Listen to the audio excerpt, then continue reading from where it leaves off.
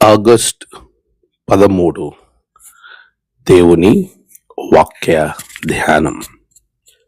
ఆ వాక్యము శరీరధారి అయి కృపాసత్య సంపూర్ణుడుగా మన మధ్య నివసించెను.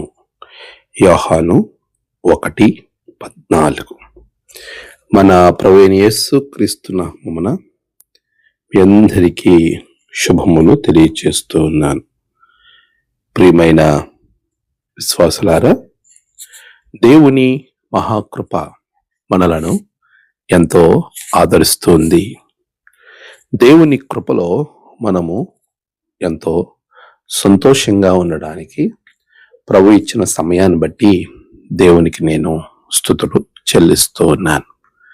ప్రియమైన విశ్వాసులారా, దేవునిలో మనము స్థిరపరచబడి ఆయన మనకిచ్చిన శ్రేష్టమైన సమయాన్ని మనం సద్వినియోగం చేసుకుంటూ ప్రభువులో మనము చక్కగా ముందుకు నడిచే వారంగా ఉండాలి. ఈరోజు వాక్యము ఎంత గొప్ప త్యాగాన్ని జ్ఞాపకం చేస్తుందో మనం గమనించవచ్చు. ఆది యందు వాక్యం ఉండెను, ఆ వాక్యము శరీరధారత్వం ధరించి మన మధ్యలో నివసించడానికి భూమి మీదకి దిగి వచ్చింది.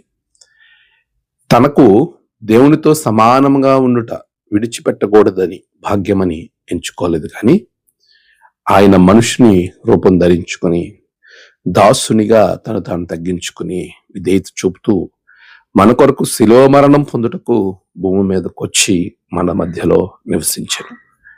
మన మధ్యలో నివసించే దేవుడు ఆయన ఎప్పుడు మనతో ఉండే దేవుడు.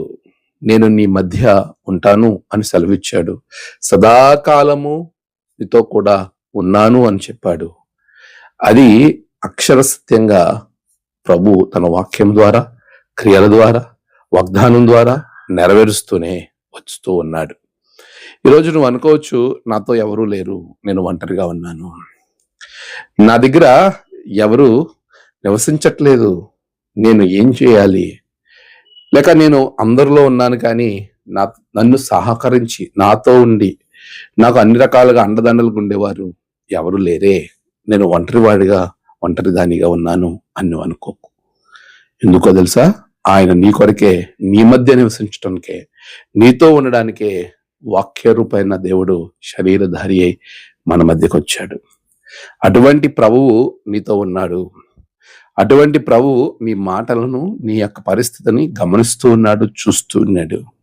నీవు నోరు తెరిచి ప్రభువా అని ఆయన వైపు తిరిగితే నీ జీవితం ఆశీర్వాదకరంగా మారుతుంది. అట్టి ఆశీర్వాదంతో ప్రభు మిమ్మలను నడిపించినట్లుగా దీవించి బలపరిచి ముందుకు నడిపించాలి, సంతోషంగా ఉండాలి అని అంటే ఇప్పుడే ఆయనకు నీ యొక్క సమస్యను తెలియచేయి. ప్రభు నీ జీవితాన్ని ఆశీర్వదిస్తాడు. ఆమేన్. ప్రార్థన. సర్వశక్తిమంతుడా, గొప్ప దేవా, నీ బిడ్డలను బహుగా మీరు దీవిస్తున్నారు, నీకు వందనాలు. నేడు వారి ప్రయాణాలు, పనులు, వారు ఏ పని అయితే తలపెట్టారో ఆ పనిలో విజయాన్ని దయచేయండి.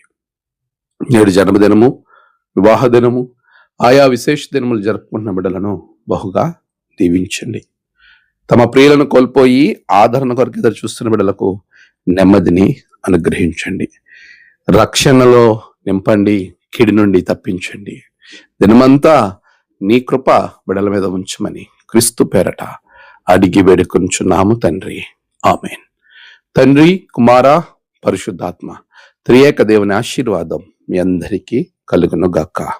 ఆమేన్.